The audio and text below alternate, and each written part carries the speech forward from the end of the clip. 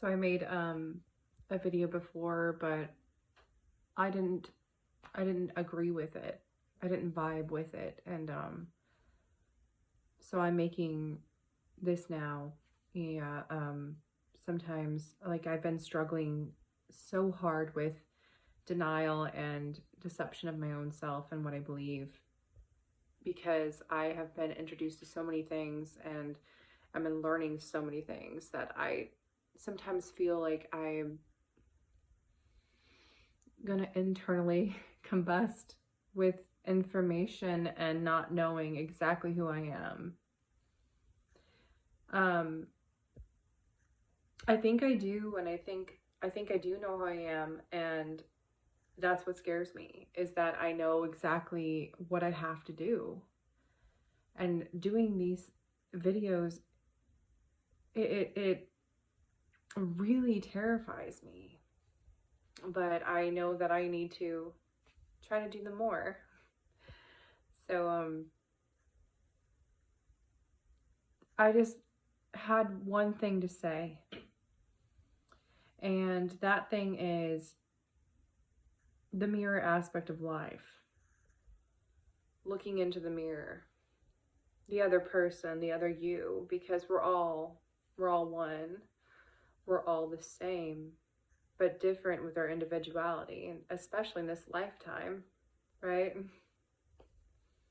We all have our own individual quirks and passions and loves and defaults and flaws. We have our own way of thinking, and that, I think it's beautiful. But I just want to pinpoint something really quick, that we all are individual, but we are all mirrors of each other, and we see those little things that annoy us, those judgments, those opinions that we feel are outside of ourselves. Well, they're not. They're inside of ourselves. And those things resonate so far deep inside of us that if we can't see it when we see it, it's a lot deeper than we realize. That judgment, that opinion, that accusation, that relentless guilt or unmanageable just unforgiveness. Those all harbor inside of something that is us. And who we are is not just here, it's everywhere. And that we recognize. And why, let me start back with the mirror aspect of when we look at someone, it's a mirror reflected onto ourselves. It's not that this is who we are now, this is who we have been, or something that you can recognize and you judgment on, and you make this hasty opinion because of a fear. And that's the culprit of this whole situation, is fear. This will create this survival mechanism inside of yourself to stay away from that. And when we don't have the knowledge and the capacity to see inside of not just our here consciousness, but our subconsciousness, everything, if we don't remember who we are, who we've been, we will never understand why we feel the way we do, why we smell something that we've never smelled in our whole entire lives, and it reminds us of something dreadful. And it relates to something that you've never done or never seen, but it's dreadful. Those are the memories, the core memories of something deep, deep down. And that is what it means to remember oneself, is to understand you haven't just been here now. You've been here many, many times. And every time is a lesson, and something that triggers you that doesn't remind you of anything from here,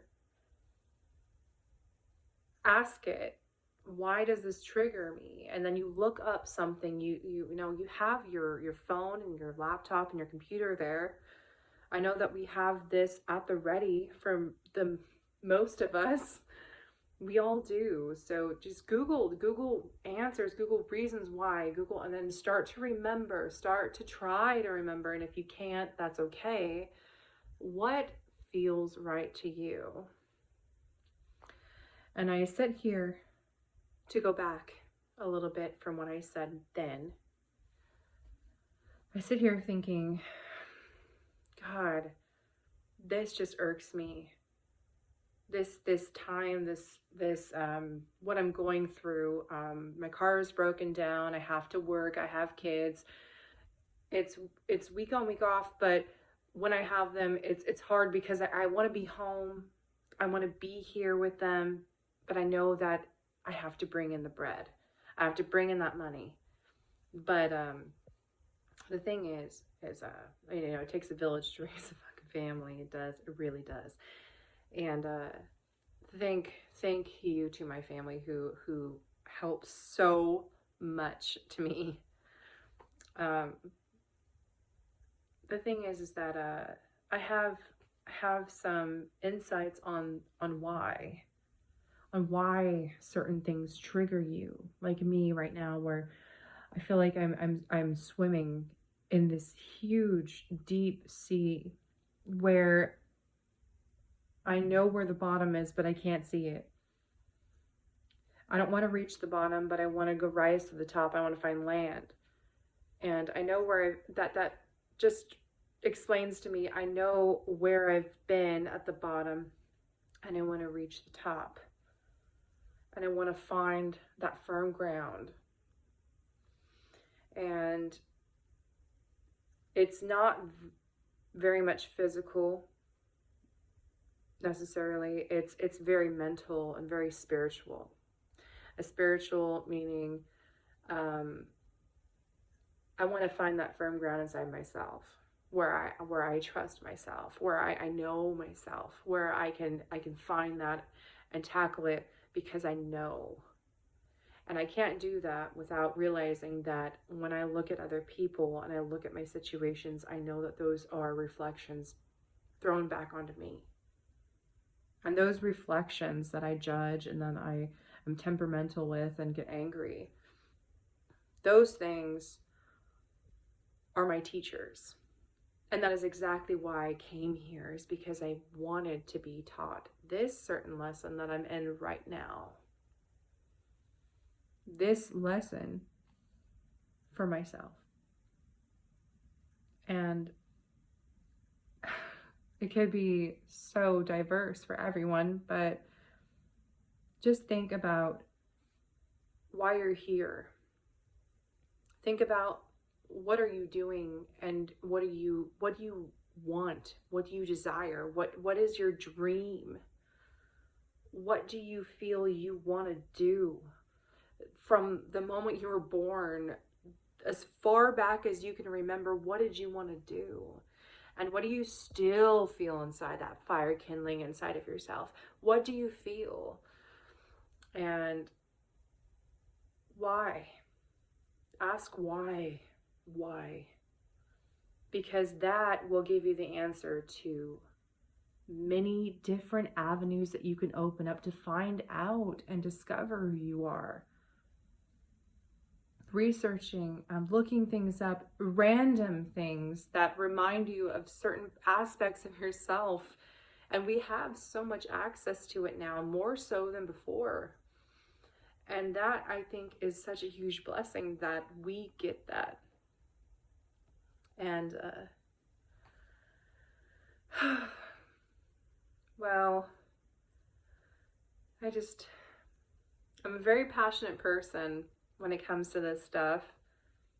And I thought I'd like to share a moment of distress on that front, where also we can understand how things work, but we don't really understand it on an internal, inside, soul, spiritual level, where we know we should be this way, we should think this way, but we don't it's not clicking up here because the mind doesn't work together with the spirit and the soul if it has no understanding, or not fluidity, it's no equilibrium, where you have to understand up here and here to work together. So we can know something, but we cannot understand it in here if we have not put in the effort to feel on every aspect of our human body, our human existence. We cannot know anything unless we feel it, we know it, and let it just, I don't know, we feel it and we know it. There's a whole, Rudolf Steiner talks about it a lot in a book I read, that there's different aspects to the body, with the soul, the spirit, the mind, yada yada. And Rudolf Steiner, by the way. And he talks about how none of those things, we cannot exist if one of those things are taken away. We cannot exist, please quote me if I'm wrong, we cannot function as we are supposed to be here if one of those things are taken away. If my mind was taken away, I cannot fully function on the mission that I was supposed to be here to do. Say if my spirit, my soul was taken away and it was just my mind, I would just be like a robot, basically walking around here like a sociopath or a psychopath, using only my mind. So it really does take everything from the inside here, the heart, the soul, the spirit, and the mind to understand stuff. And through experience, I quote this all the time, experience is key. And those are the things that we fear. And fear is a huge thing in life right now, especially with all of the pandemic, the wars, everything going on. We fear so much because we don't know. We're not informed. We're not being told what's actually going on because we're being withheld information that we need to know. Because the upper hands think that it's too much for us to know. Well, that's not true. They know. They know exactly what they're doing. And it's to break us down so that we're so little that we succumb to that kind of lifestyle. But beyond that point, that's another topic completely. What I'm trying to say is, I got caught in this conundrum tonight where I felt like I couldn't finish my task. I couldn't do it. So many things going on. And then I remembered, God just sprinkled water on my head, and then my thoughts grew. And I feel like before I didn't feel like I was where I'm supposed to be, but right now I do. And that's why I'm talking to you. That no matter how harshly you think of something or a situation, and I see it through my kids, and I try to tell them and consume the words that I say. Everything is meant to be, and how we feel towards something else is exactly reflected back on ourselves. No matter this time or another time we've been in, so on and so forth. Right now is where we're supposed to be, and dealing with that situation is exactly what we need to do. And how we deal with it, that's our choice. And that's the biggest question mark of all. What will we do with our time, and how